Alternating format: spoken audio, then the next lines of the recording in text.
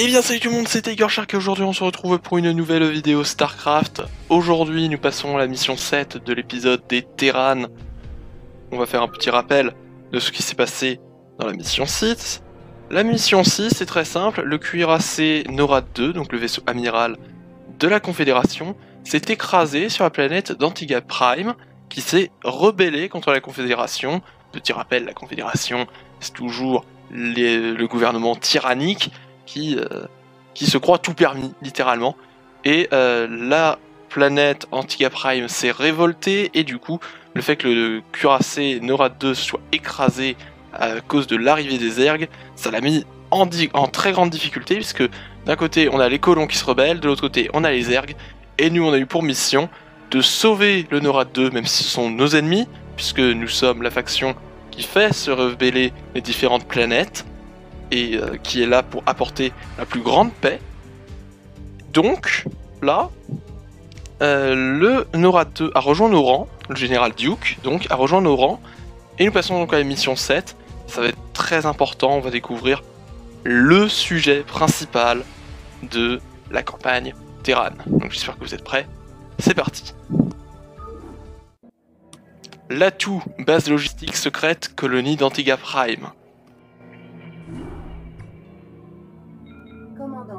Notre position a été découverte. Il y a 2 heures, une importante flotte d'assaut confédérée a débarqué sur Antigua Prime et établi son camp de base dans notre périmètre défensif. Arcturus Mensk a convoqué une réunion. Bonjour. Je sais que la présence de troupes d'assaut confédérées vous inquiète, mais nous devons d'abord discuter d'un problème plus grave.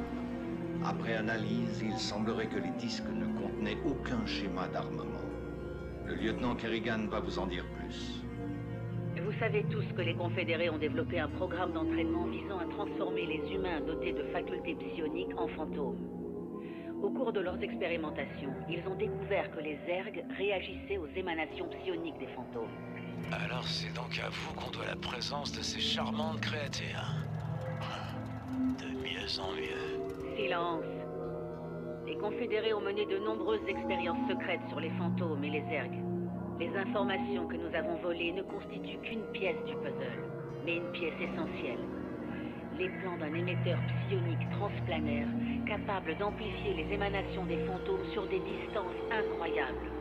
La Confédération utilisait ces émetteurs psy pour attirer les Zergs dans des zones isolées et faciles à contrôler. Votre colonie de Mar-Sara était l'une d'elles, commandant. Vous voulez dire que... Je veux dire que les Zergs sont une arme secrète développée par la Confédération et que vous faisiez l'objet d'un test grandeur nature. Tout comme ils ont détruit Coral avec des armes nucléaires pour asseoir leur domination il y a maintenant une génération, ils comptaient utiliser les Zergs pour éliminer leurs autres rivaux. Mais cette fois sans soulever la moindre indignation. Qui soupçonnerait en effet que les aliens sont leur création? Au contraire, ils seraient vus en héros venus anéantir les Zergs. Il est grand temps que la Confédération paye pour ses crimes. Et je sais exactement comment procéder. Le lieutenant Kerrigan va placer un de ses émetteurs au cœur du camp de base confédéré. Commandant, vous lui fournirez une escorte. Quand les Zergs arriveront, ils briseront le blocus et nous en profiterons pour nous échapper. En route. Alors je vais un peu expliquer tout ce qui se passe là, parce que ça peut porter un peu l'esprit à confusion, puisque moi-même là on vient de recevoir beaucoup d'informations. Dans une mission, la mission 4, on a volé des disques de données, et il se trouvait que dedans il n'y avait aucun schéma d'armement, et il y avait les plans d'un émetteur psy. L'émetteur psy, qu'est-ce qu'il fait? C'est il permet d'envoyer des ondes qui attirent les Zergs sur une planète en particulier, et apparemment les Zergs seraient donc la création de la Confédération. Et on aurait fait le sujet d'un test grandeur nature, d'où le fait que la colonie de Mar-Sara soit fait totalement anéantir dans les premières missions. Du coup, on peut comprendre que là, on a un petit peu la haine quand même. On vient de se rendre compte qu'on a failli, il y a juste de la chair à canon, hein, littéralement. Du coup, ce que nous devons faire, c'est apporter le metteur psy jusqu'à la base ennemie, et Kerrigan doit survivre, voilà. C'est une mission sans Raynor, on est juste avec Kerrigan. Regardez, on va bien s'amuser.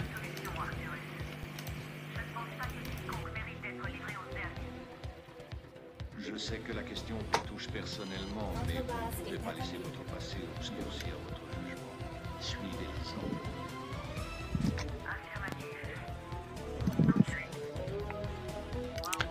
Alors, pourquoi Kerrigan est particulièrement choqué par ce que demande de faire Arcturus? C'est parce que on a parlé lors du briefing du programme Fantôme. Et le programme Fantôme, en fait, c'est très simple, c'est la Confédération qui drogue littéralement des humains ayant des capacités du coup comme Kerrigan, et les drogue, et du coup ils sont plus conscients de ce qu'ils font, et la Confédération s'en sert pour parfois assassiner des gens, notamment la famille d'Arcturus Mengsk a été assassinée par un fantôme. Alors, il se trouve que le fantôme en question c'était Kerrigan, mais ça, elle n'en a pas le souvenir puisqu'elle était totalement droguée. Elle n'en a aucun souvenir. Alors là, ce que je viens de faire, c'est normal, c'est je viens de bloquer cette unité. Je vais en parler juste après, c'est le char de siège. Hein. On va surtout se concentrer sur la nouvelle unité aérienne, qui est donc le vaisseau scientifique. Du coup, il possède des détecteurs. Il a des capacités, comme la matrice défensive, qui permettent de ne prendre aucun dégât quasiment. On prend genre un dégât par un dégât. Et c'est actif pendant environ combien de temps? Allez, 5 minutes, on va dire 5 minutes, c'est actif pendant 5 minutes, et mais par contre, le défaut, c'est que ça ne couvre que 200 points de dégâts. Du coup, vous allez prendre 200 points de dégâts, le bouclier va couvrir 200 points de dégâts, mais c'est tout. Si vous... Après, si vous mangez un canon Yamato de la part d'un cuirassé, vous allez mourir. Vous allez tous mourir. Voici l'unité que nous devons protéger. Ce VCS avec un émetteur psy que nous devons emmener ici pour gagner. Voilà, donc c'est pas trop compliqué. Pas trop compliqué. Non mais il arrête pas de revenir lui. Du coup on va dire à Kerrigan de rentrer ici. On va emmener quelques marines. Parce que si il revient, ce serait bien d'avoir de quoi se défendre. Alors, on débloque aussi le laboratoire. Donc nouveau bâtiment. Hein, bâtiment très spécial. Qui permet justement de former les vaisseaux scientifiques et de leur donner leurs améliorations. Voilà, donc... c'est le bâtiment qui va avec le vaisseau scientifique. Il faut pas oublier le spatioport, parce que le spatioport c'est important. Donc ici nous avions une partie de notre base, mais on a dû la déserter, hein, parce que sinon on aurait eu 2-3 problèmes. On aurait eu 2-3 problèmes, et nous on n'aime pas les problèmes. Bah tu vois, tu vas réparer. Va réparer. Ah, il prend des dégâts. Il est méchant lui. Heureusement qu'un VCS ça peut se réparer. Du coup, on va construire des dépôts de ravitaillement. Il faut construire très rapidement, hein, des dépôts de ravitaillement, des trucs comme ça, tout ce que vous voulez. Il faut aussi des tourelles lance-missiles, c'est très important puisque l'adversaire possède des ombres. Donc on risque de se faire un peu taper dessus. Hein. Les ombres, c'est vraiment pas ouf. Quand on les a contre nous, il va falloir construire une académie, il va falloir construire des tonnes de trucs. Je vous le dis tout de suite, là, on n'est pas... C'est pas la meilleure... période pour nous. Là, les fils de chorale, on est un peu dans la mouise. Donc, on va parler un petit peu plus profondément du projet Fantôme. J'en ai brièvement parlé juste avant, hein. Mais je vais en parler un peu plus profondément parce que c'est assez important de parler de ça. Puisque c'est vraiment le sujet le plus important de cette campagne. Le projet Fantôme. Alors, le projet Fantôme, comme je vous l'ai dit, c'est des humains comme nous qui ont des capacités intellectuelles améliorées, des capacités psioniques, comme Kerrigan ici, et ils se font droguer par les confédérés pour être utilisés de façon abusive et pour assouvir les désirs des confédérés. Donc c'est vraiment pas ouf, puisque tu peux te dire que là, d'un coup, alors que tu es tranquille, notamment, tu peux te faire espionner par ces fantômes, et pour je ne sais quelle raison, tu peux te faire mettre en prison juste derrière. C'est... Voilà, c'est vraiment pas très ouf, cette histoire de fantômes, puisque les fantômes sont donc utilisés de façon abusive, hein. Comme je disais, c'est vraiment pas la joie. Alors, tout à l'heure quand j'ai construit l'atelier, j'ai amélioré quelque chose, c'est tout simplement les chars de siège qui possèdent une amélioration, le mode siège, voilà. On va parler donc du char de siège, on va découvrir cette unité, cette magnifique unité, qui permet de faire toutes les compositions de base en attaque. Voilà. On n'a pas beaucoup de minerais par contre, hein. Heureusement qu'il y a ça là. Parce que sinon... Bon, j'aurais peut-être dû laisser les dépôts de ravitaillement se faire détruire, puisque comme ça aurait permis... Ça aurait permis de... Comment dire ça? Ça aurait permis la construction du centre de commandement. Parce que là en fait, si je veux construire un centre de commandement, je vais devoir le décaler n'importe comment, mais bon c'est pas grave. Ça nous fait du ravitaillement supplémentaire. Puisque moi je rappelle encore une fois, je connais les niveaux par cœur, hein. Donc on va s'amuser. Le char de siège, donc, unité de défense et d'attaque, très puissante. Regardez, on va déjà commencer par regarder ses dégâts. Canon Arclite. Alors avant je disais Arctique, je pensais que c'était comme l'Antarctique, mais non, c'est juste Arclite. Dégâts 30, et donc blindage de véhicule Terran, armure 1, donc ça a une armure de niveau 1 dès le début, donc c'est pratique. Ça fait beaucoup de dégâts, hein, beaucoup de dégâts. Très efficace donc l'artillerie, tout ce qui est blindé, et surtout contre l'infanterie, voilà. Et il a un anti-tank du futur, c'est le mode siège, voilà. Le char de siège va sortir un canon choc Arclite, il va faire donc plus du double de ses dégâts, donc 70, mais il ne pourra plus bouger. Il va pouvoir tirer plus loin, mais ne pourra plus bouger. Il fera donc un peu plus de 2 fois plus de dégâts, et c'est vraiment abusé contre les unités, du coup, d'infanterie. Parce que l'infanterie, c'est pas fait pour résister à ça. Ça se prend un tir, c'est one shot. Direct. Le marine, hop, il se fait one shot. Je crois que le flammeur ne se fait pas one shot parce que le flammeur possède la capacité de infanterie légère ou infanterie lourde. Et du coup, il n'est pas considéré comme... comme le marine, il n'est pas censé se faire one shot comme ça. J'espère que j'ai été compréhensible, que vous avez bien compris mon explication. Du coup, là, je vais montrer les vaisseaux scientifiques et les tourelles lance-missiles peuvent détecter les unités camouflées. Voilà. Attention, on va se faire fight. Il va y avoir un fight. Vous êtes prêts? Le fight. Et qu'est-ce qu'on ramène? Le vaisseau scientifique. Et l'ombre, elle se fait déboîter. Quand je disais l'autre jour là que les ombres ça se faisait déglinguer par les marines, hein, je déconne pas. Hein. 2 ombres, 3 marines. Qui a perdu? Les ombres. C'est vraiment inefficace les ombres contre les marines. C'est inefficace mais à souhait. Hein. C'est limite plus qu'inefficace là. Faut pas utiliser les ombres contre l'infanterie. Du coup, je vais revenir au char de siège, voilà le sujet précédent. Mettez un char de siège au niveau de votre bunker, vous le mettez en mode siège, et voilà. Il va mettre plus de temps à tirer par contre, hein, je tiens à préciser aussi, mais plus de temps à recharger. Par contre, niveau rapport qualité-prix, très efficace. Hein. Très efficace.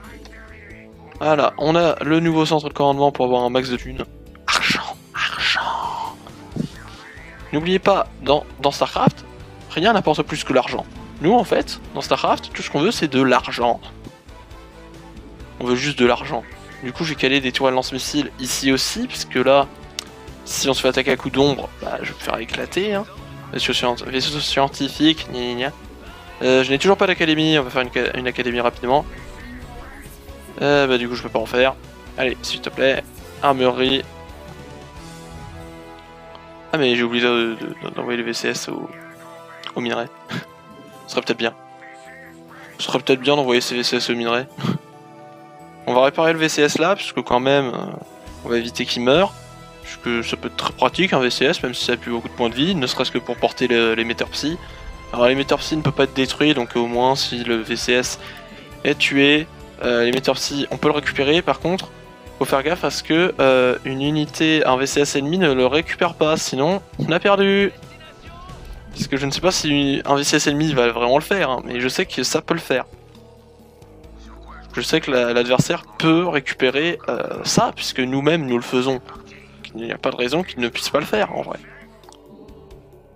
On va faire des VCS, un maximum d'argent. C'est vrai que ce niveau budget, n'en est pas bien. Il n'y a que 5 filons.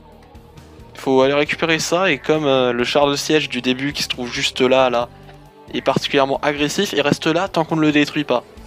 Donc c'est pas pratique hein, pour revenir prendre le contrôle de ce coin. On va construire une raffinerie, bon pas besoin de mettre trop de VCS, hein.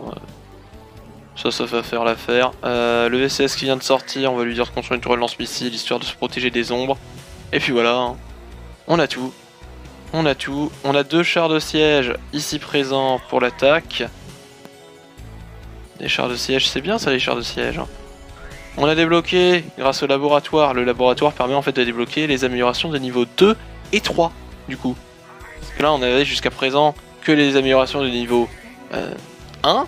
Et du coup, là, on a les améliorations de niveau 2 et 3. Voilà.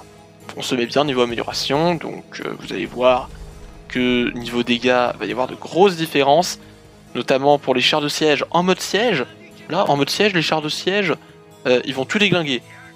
Oui, je répète beaucoup siège, parce que mode siège, pour les chars de siège, c'est un peu normal de beaucoup répéter. Hein. Désolé pour les répétitions, hein. C'est pas l'objectif. On va mettre des tourelles lance-missiles partout. Tourelles lance-missiles partout. Le mec, on sait pas par où il peut passer. Il peut faire un énorme détour par là et me déglinguer derrière. Les IA, c'est hyper vicieux dans ce jeu. C'est pas une blague. C'est les vieux jeux comme ça de stratégie en temps réel. Les IA sont extrêmement compliqués. Parce qu'il n'y a pas de mode facile, il n'y a pas de mode difficile. C'est vraiment la pure difficulté. C'est le pur skill. C'est tu t'en sors ou tu t'en sors pas. Si tu t'en sors, bah tant mieux. Si tu t'en sors pas, bah... Ah, tant pis, hein. Tant pis si tu t'en sors pas, hein. On va donc récupérer quand même un peu plus de minerais. Bon, la base ennemie est plutôt grande, je vous le dis tout de suite, puisqu'il n'y a qu'à voir, il y a des ennemis là, il y a des ennemis là, il y a des ennemis là. Parce qu'on sait du coup que la base est plutôt vers là, hein, parce que c'est là l'objectif. Bien se douter que c'est ici qu'il y a la base. Parce que l'objectif est d'envoyer le VCS en plein cœur de la base confédérée. Donc va falloir essayer de passer. C'est pas un niveau hardcore, mais c'est pas un niveau facile, parce que on arrive dans les niveaux où la difficulté commence à monter.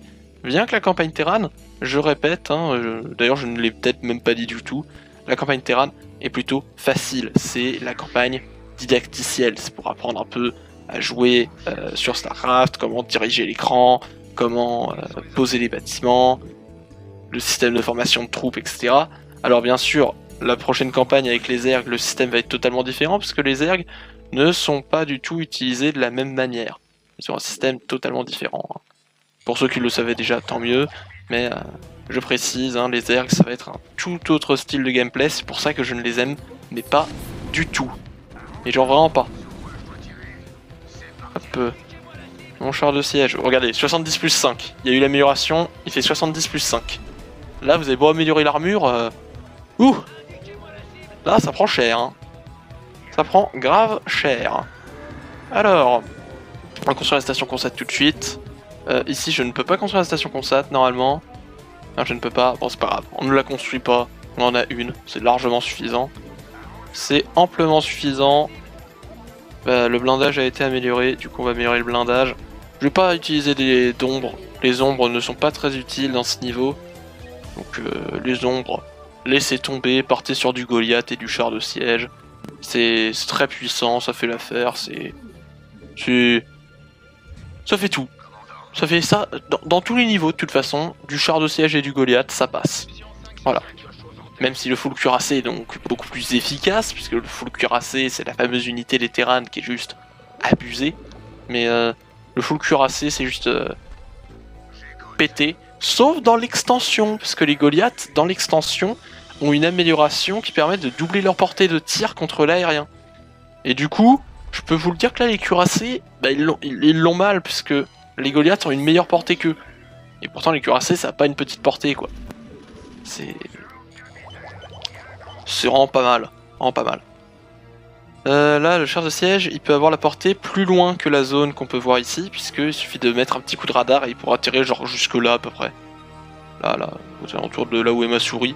Donc vraiment c'est bien pensé. Le jeu est vraiment bien pensé, il y a les sauvegardes de couverts, il y a tout, le jeu est assez réaliste sur beaucoup de points, sauf sur un. Le temps de construction des bâtiments, mais ça c'est normal. C'est un peu normal, comme la formation des troupes. Hein. Kerrigan, tu vas rester bien ici sagement. Hein.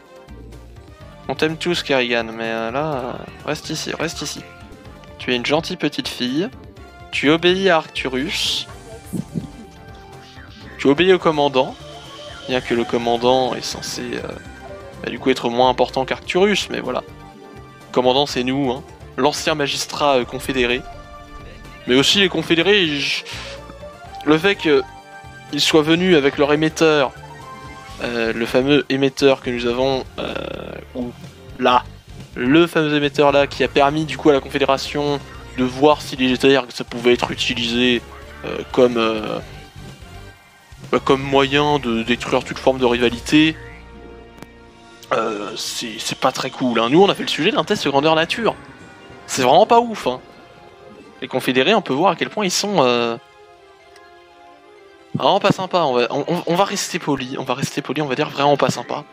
On va faire un 6ème char, comme ça les chars, niveau char, on est bien. Tac, le vaisseau scientifique, on va en faire un 2ème. Ça coûte très cher en gaz, hein. Mais ça fait le taf, c'est très pratique. Pour réparer le bâtiment, on va le réparer. On va améliorer quand même le vaisseau scientifique, histoire que je puisse vous montrer ses différentes capacités. Puisque je vous ai parlé de la matrice défensive, du coup je vais vous montrer un peu ce que ça fait.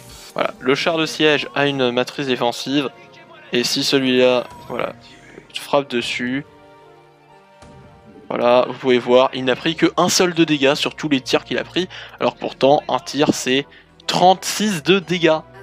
Voilà.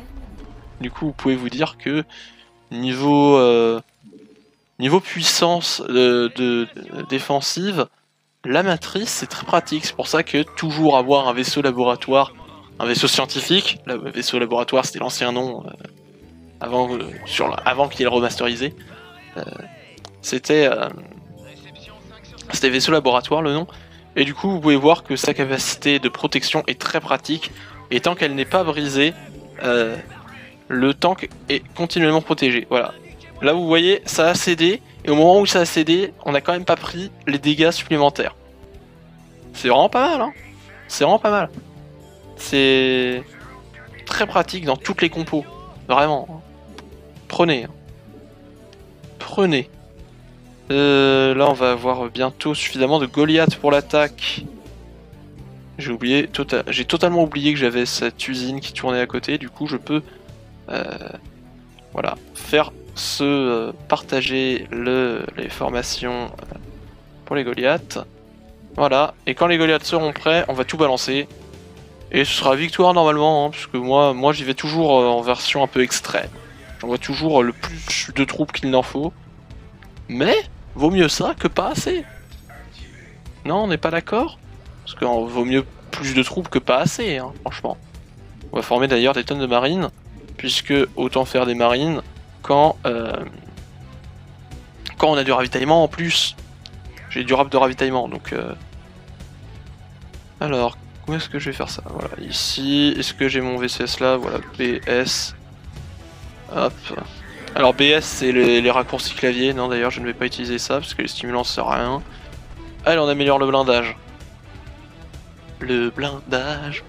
Le blindage. Oui, je chante. Jugez pas ma façon de chanter. Hein. Mais les musiques de StarCraft sont juste magnifiques. Il n'y a qu'à voir, dans StarCraft 2, j'ai désactivé celle du StarCraft 2 et j'ai mis celle du 1. Même si celles du 2 sont très bien, hein, je ne crache pas sur celle du StarCraft 2. Je dis juste que je suis plus StarCraft 1 quoi. Aïe, oui, aïe, i, a, ou, a, ou, i, a, oh. Oh. Bah, d'accord. Vous êtes pas gentils vous? Mais ils sont pas gentils. Ils ont tué mon marine. C'est pas... Ah, vraiment, c'est pas gentil, ça. Quand même. Oh, là, j'ai tous mes Goliaths. On attend la fin de l'amélioration.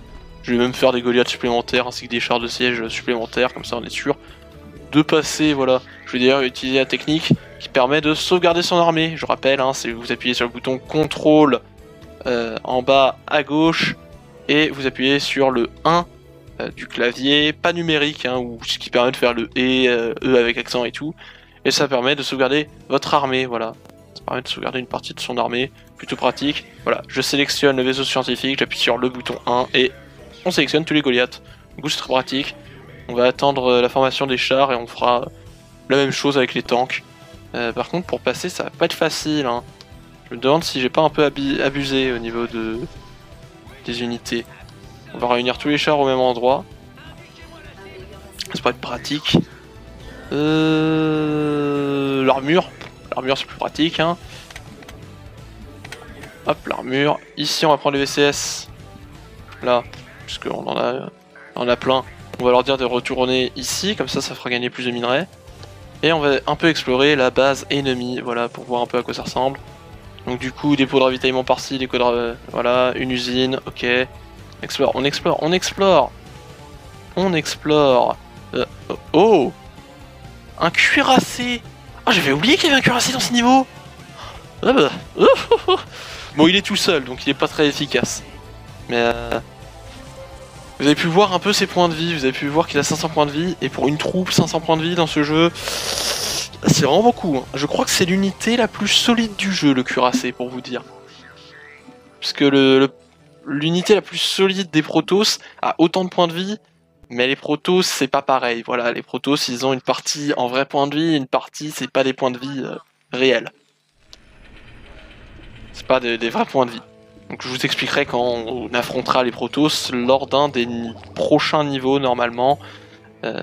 Zerg, je crois qu'on affronte les Protoss quand on est Zerg.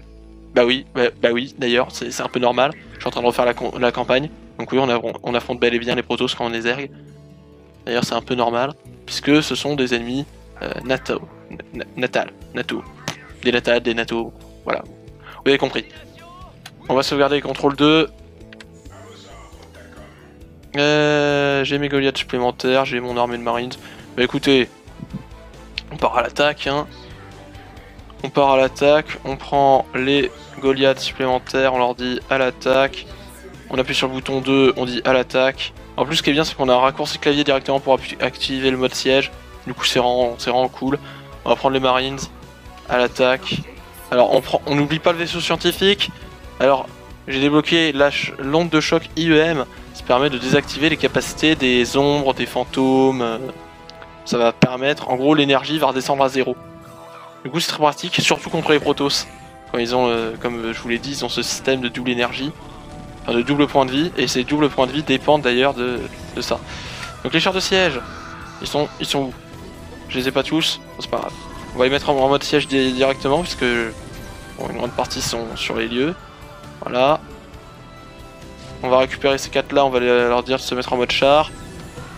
Et c'est très puissant, voilà, on est en train de déglinguer l'adversaire. On peut voir le cuirassé en action, et il va se faire déglinguer, hein, je vous le dis tout de suite. Ça ne sert à rien de... Je vais pas m'attarder sur le cuirassé ennemi, hein. Surtout que là, bon, il a 500 points de vie, mais il va se faire déglinguer, ça sert à rien. Ça sert à rien, regardez vraiment. Du coup, on peut prendre le VCS. Attention, où es-tu, petit VCS? Petit VCS. Il est pas mort. Il est pas mort, rassurez-moi. Il est là. Voilà. On l'emmène ici. C'est la base ennemie. Et du coup, je propose, hein, on va raser toute la base. Hop, on rase tout. Voilà, hein, ça peut être compliqué. Pas compliqué du tout.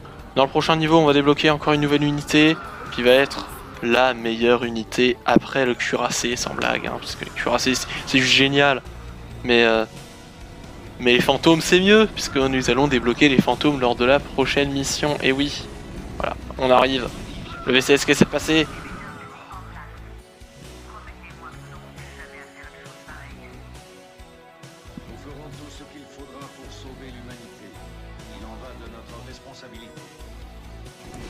Victoire! Victoire! Et on peut voir que d'ailleurs Kerrigan, comme je vous l'ai dit plus tôt, comme elle a fait partie du projet Fantôme, avec les drogues et tout, et que l'émetteur psy c'est le truc c'est les ondes des fantômes, mais en plus grand. Là, ce qu'on vient de faire, c'est que on vient littéralement de livrer toute la planète d'Antigua, celle qu'on vient de sauver du coup, aux Zerg à cause de ces émetteurs. Donc c'est vraiment pas ouf. Donc Kerrigan elle dit dites par pitié Arcturus, j'espère qu'on va pas recommencer. Et Arcturus il dit oui mais si nous devons sauver l'humanité, c'est notre responsabilité et du coup nous devons sauver l'humanité et tout. Je vous laisse penser de ce qui va se passer, deviner ce qui va se passer après. Mais c'est pas ouf. Hein. Franchement, la suite, c'est... Là, on est au moment où l'histoire de la campagne Terran commence à vraiment s'obscurcir. Au début, c'était un peu obscur, mais pas autant que là. Là, vous allez voir, l'histoire va vraiment être très obscure. Mais du coup, voilà, on va s'arrêter là pour cette vidéo. J'espère qu'elle vous aura plu. Si c'est le cas, n'hésitez pas à lâcher des pouces bleus, à vous abonner à la chaîne YouTube, ça fait toujours plaisir. Likez, du coup, comme je l'ai dit, commentez, partagez à vos amis. Et puis, c'était Tiger Shark, on se retrouvera dans de prochaines vidéos StarCraft, Clash Royale et tout. À la prochaine, à plus.